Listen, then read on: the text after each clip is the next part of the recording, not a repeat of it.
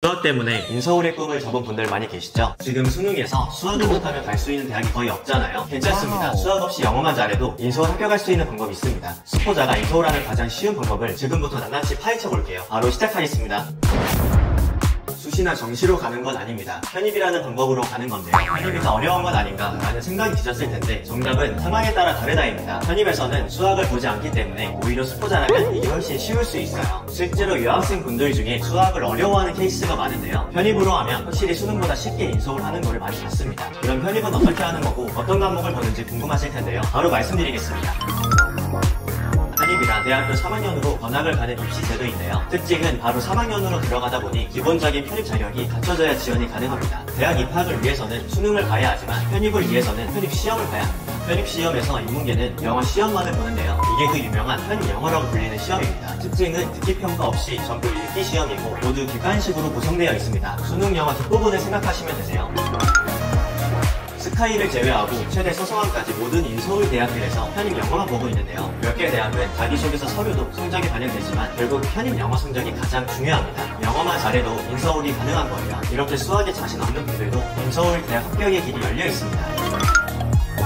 수능 영어랑 비슷한데요. 가장 중요한 건 단어이고 비중이 약 50% 이상일 정도로 매우 중요합니다. 여기서 편입 영어 준비생들이 가장 많이 보는 단어장 보카바이브를 살짝 소개해드릴게요. 보시다시피 단어 수준이 수능보다 훨씬 높습니다. 토플이나 공무원 시험과 비슷하다 생각하시면 되세요. 단어를 충분히 외웠다면 그 다음에 독해 스킬에 집중해야 합니다. 결국 문장 뜻을 얼마나 잘 해석할 수 있는지 거기서 판가름이 나거든요. 단어와 독해 두 가지만 집중하시면 결국 편입 영어 고득점까지 도달하실 수 있을 겁니다.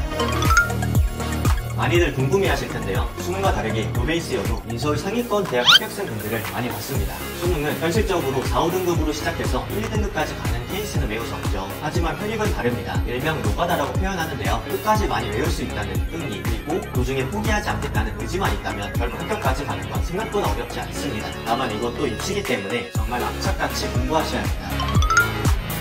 평소에 영어 좀 한다고 생각한 분들도 막상 공부해보면 단어 수준 때문에 당황하는 케이스를 많이 봤습니다. 아무래도 영어 한 과목으로만 분별하기 때문에 대학에서도 어려운 단어, 지문의 길이 이런 디테일한 요소로 판단할 수밖에 없겠죠. 그렇다고 해서 바로 포기하지 않아도 됩니다. 편입 영어 어휘는 대부분 학교별 기출 문제에서 90% 이상 출제되는 편이니까요. 그리고 수능과 편입 영어의 가장 큰 차이점은 듣기 영어의 유무가 아닐까 싶은데요. 실용 영어보다는 읽기 기반의 시험이기 때문에 리스닝 파트 없이 어휘, 독해, 논리 파트 위주로 준비해야 합니다. 결국 영어를 얼마나 잘하냐보단 얼마나 끈기 있게 공부하냐 싸움 같습니다. 합격하신 분들 공통점은 단어 암기에 많은 시간을 투자했다는 거예요. 목표 대학교의 기출문제를 중심으로 공부 전략을 세우게 되면 충분히 점수를 올릴 수 있습니다. 희망을 가지고 단어부터 차근차근 공부해보시길 추천드립니다.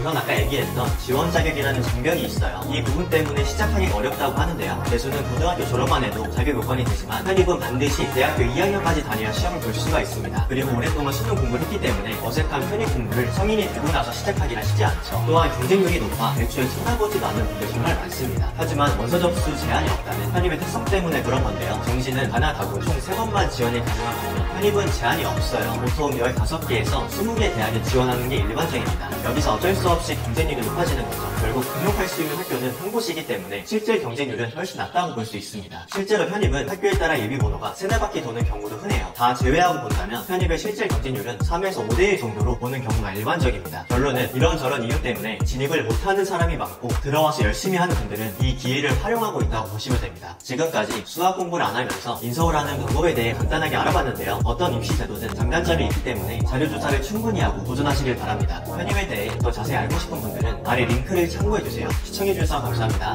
인생편입 동쌤이었습니다.